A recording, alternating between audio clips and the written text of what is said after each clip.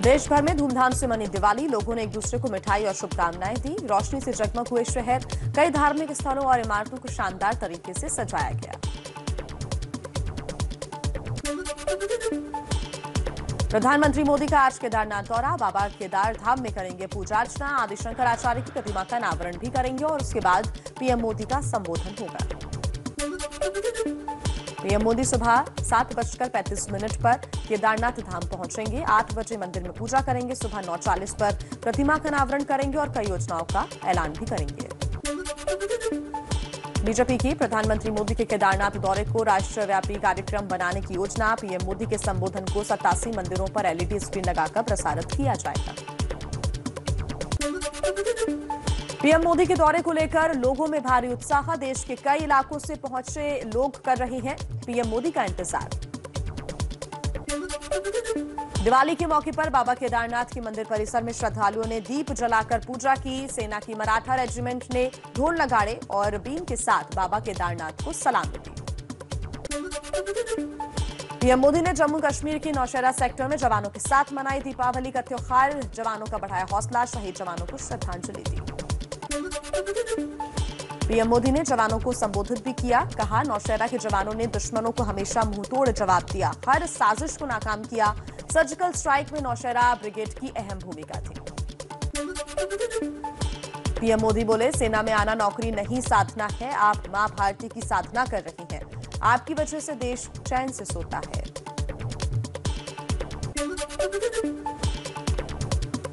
सेना के जवानों के संबोधन में पीएम मोदी ने कहा, रक्षा क्षेत्र में भारत आत्मनिर्भर हो रहा है। अब देश में ही रक्षा उपकरण का उत्पादन हो रहा है। डिफेंस कॉरिडोर से भारत और मजबूत होगा। दिवाली पर जम्मू कश्मीर, पंजाब और राजस्थान में सीमा पर भारत पाकिस्तान के सैनिकों ने एक दूसरे को बांटी मिठाइयां। पुलवामा हमले और कोरोना की वजह से यह परंपरा 2019 से बंद थी। दिवाली पर दिल्ली एनसीआर की हवा बेहद जहरीली हुई। पटाखों को लेकर सख्त दिशा निर्देशों के बावजूद लोगों ने देर रात तक जमकर आतिशबाजी की, जिससे धुंध की मोटी परत छाई। दिल्ली एनसीआर के कई हिस्सों में हवा में प्रदूषण का स्तर खतरनाक स्तर के पार पहुंच चुका है। आंखों और सीने में जलन की लोगों ने शिकायत की। नोएडा में शाम से ही AQI 700 के पार हुआ। दिल्ली से लगी हरियाणा की साइबर सिटी गुरुग्राम में भी प्रदूषण का स्तर खतरनाक श्रेणी के पार हो गया है। गलियों में कम और घरों की छतों पर लोगों ने ज्यादा पटाखे चलाए। दिवाली के दूसरे दिन आज देश में गोवर्धन और अन्नकूट का मनाया जा रहा है त्योहार। इस मौके पर घर में पालतू पशुओं की पूजा अर्चना की जाती है। आज शीतकाल के लिए बंद होंगे गंगोत्री धाम के कपाट। अन्नकूट के मौके पर सुबह 11:15 बजे विधि विधान से पूजा अर्चना और वैदिक मंत्रोच्चार के साथ बंद होंगे। दीपावली और बंदी छोड़ दिवस के मौके पर अमृतसर के स्वर्ण मंदिर में मत्था टेकने पहुंचे हजारों श्रद्धालु। दियों और खूबसूरत लाइट्स की सजावट से जगमगाया स्वर्ण मंदिर। मुंबई में दिवाली पर खूबसूरत रोशनी से सजा शिवाजी टर्मिनस स्टेशन और बॉम्बे स्टॉक्स एक्सचेंज। करीब 2 साल पहले शहर में दिखी पहले जैसी रौनक। कई सामाजिक संगठनों ने ओल्ड एज होम में रह रहे बुजुर्गों के साथ मनाई दिवाली। कानपुर से आई ये तस्वीर। बुजुर्गों के साथ दिवाली की खुशियां बांटी, उपहार भी दिए। दिवाली के मौके पर 2 व्हीलर और कार्स की पिछले 2 साल के मुकाबले ज्यादा बिक्री हुई है। शोरूम मालिकों के चेहरे खिले। CNG वाहनों की ज्यादा डिमांड बताई। पंजाब के अमृतसर में दिवाली पर लगने वाला पशु मेला शुरू। देश के अलग अलग राज्यों से पशु व्यापारी गाय, भैंस और घोड़े खरीदने पहुंच रहे हैं।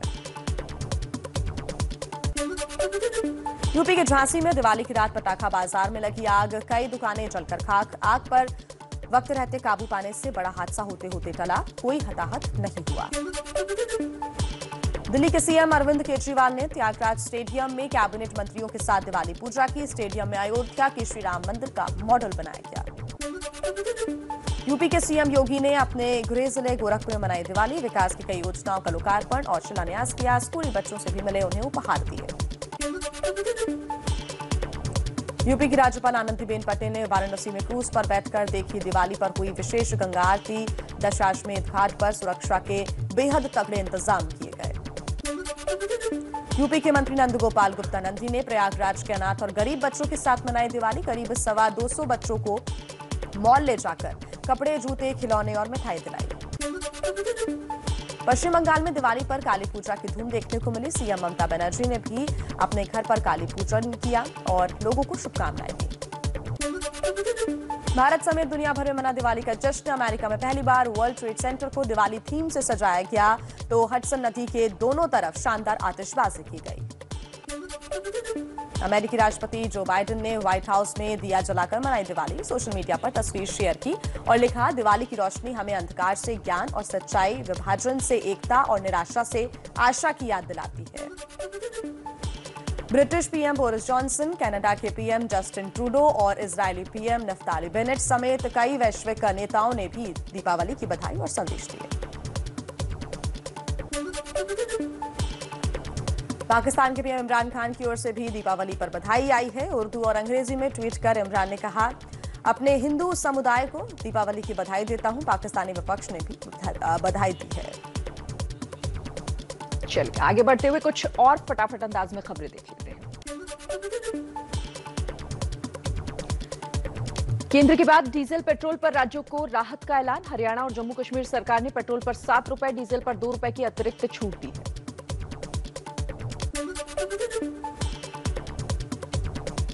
मध्य प्रदेश की शिवराज सरकार ने पेट्रोल डीजल पर 4% वैट घटाया। पेट्रोल 11 रुपए 97 पैसे और डीजल 16 रुपए 95 पैसे सस्ता हुआ। ओडिशा सरकार ने पेट्रोल डीजल पर 3 रुपए घटाए हैं।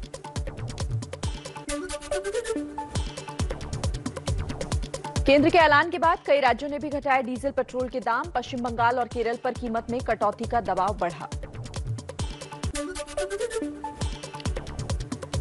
पेट्रोल डीजल पर केंद्र सरकार की एक्साइज ड्यूटी में कटौती। कई राज्यों ने भी वैट घटाए। बीजेपी बोली सरकार ने राहत दी है। प्रियंका गांधी ने कहा, यह दिल से नहीं बल्कि डर से लिया गया फैसला है। कांग्रेस नेता राहुल गांधी दोहा होते हुए लंदन की यात्रा पर रवाना हुए। राहुल के दौरे के कारण अभी पता नहीं चला है। टीएमसी के नेता और ममता बनर्जी की सरकार के मंत्री सुब्रत मुखर्जी का निधन। 75 साल के सुब्रत मुखर्जी लंबे समय से बीमार थे। जमानत की शर्त के मुताबिक आर्यन खान को आज एनसीबी दफ्तर में लगानी होगी हाजिरी। सुबह 11 से दोपहर 2 बजे के बीच पेश होना होगा। मनी लॉन्ड्रिंग केस में ईडी ने महाराष्ट्र के पूर्व गृह मंत्री अनिल देशमुख के बेटे ऋषिकेश देशमुख को समन भेजा। आज पूछताछ के लिए बुलाया है। देश में कोरोना के मामलों में उतार चढ़ाव का दौर जारी। एक दिन में कोरोना के 12,885 नए केस सामने आए हैं। 461 लोगों की मौत हो गई। शराबबंदी वाले राज्य बिहार में दिवाली पर जहरीली शराब का कहर। गोपालगंज में 17 लोगों की मौत, कई लोग अस्पताल में एडमिट। छापे में 2 घरों से देसी शराब बरामद की गई।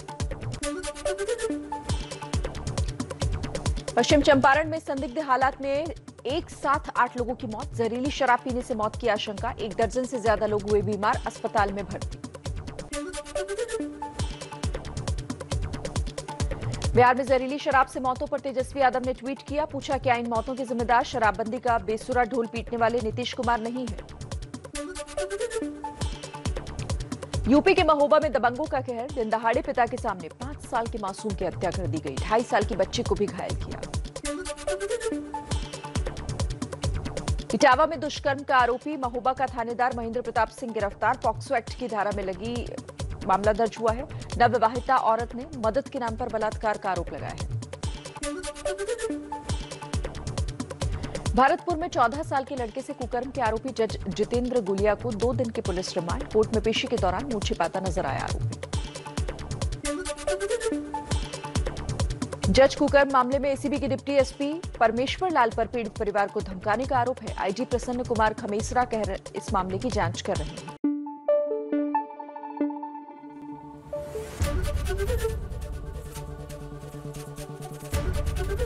एबीपी न्यूज आपको रखे आगे।